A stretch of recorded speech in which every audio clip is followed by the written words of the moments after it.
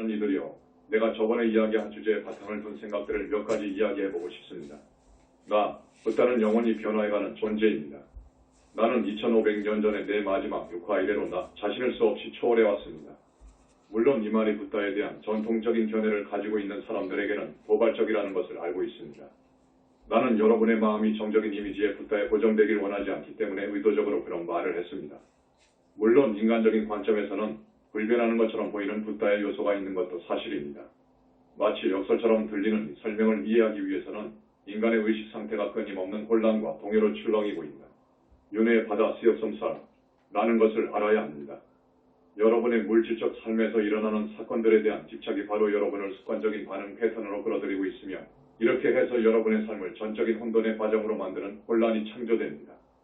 여러분의 삶의 새로운 진로, 즉 붓다의 깨달은 부덕에 이르는 체계적인 과정을 계획하고 싶다면 여러분은 이런 혼돈을 극복하고 얼마간의 평화와 침묵을 찾을 필요가 있으며 한 걸음 물러나서 삶을 성찰하는 순간을 가져야 합니다. 이 지점에서는 여러분이 부동의 붓다, 평화로운 붓다, 침묵하는 붓다에 초점을 맞추는 것이 가치가 있습니다. 그런 붓다의 상들이 여러분에게 윤회의 바다의 혼돈으로부터 피난처를 제공해 줄 것이기 때문입니다. 여러분이 영적인 여정에서 좀 더 높은 단계에 이르고 어느 정도 내적인 평화를 확립하게 되면 붓다는 세상의 어떤 힘으로도 움직일 수 없는 존재지만 그것이 붓다가 정적인 존재라는 의미가 아님을 깨달아야 합니다.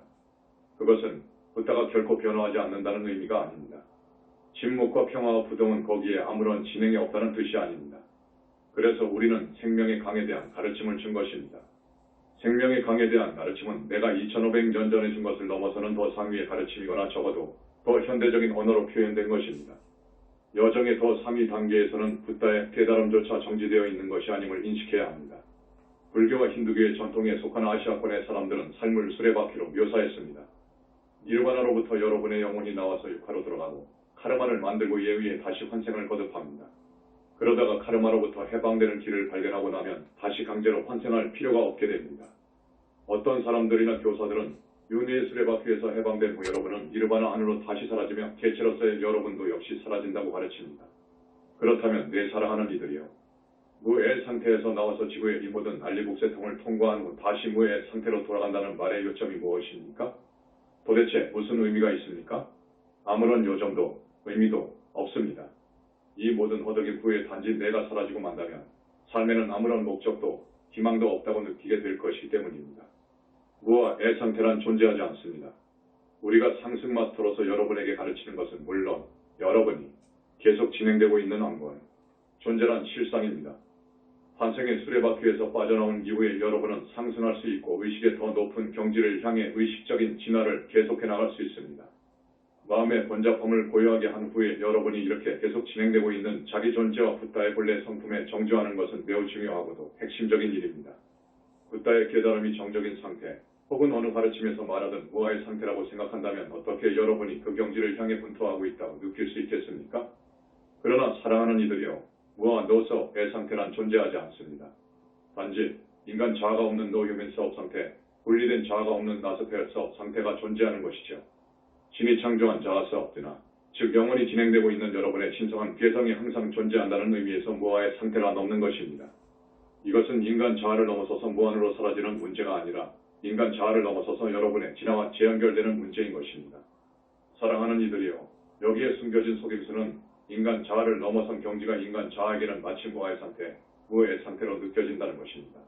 인간 자아는 의식적이면서 동시에 인간 자아의 이원적인 양극성을 갖고 있지 않은 경지를 상상할 수가 없습니다.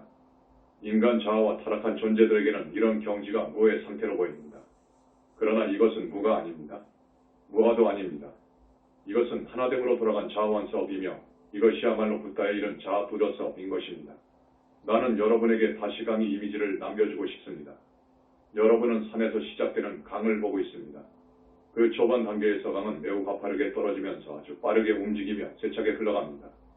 이것은 대부분의 사람들이 속해 있는 지점을 상징합니다.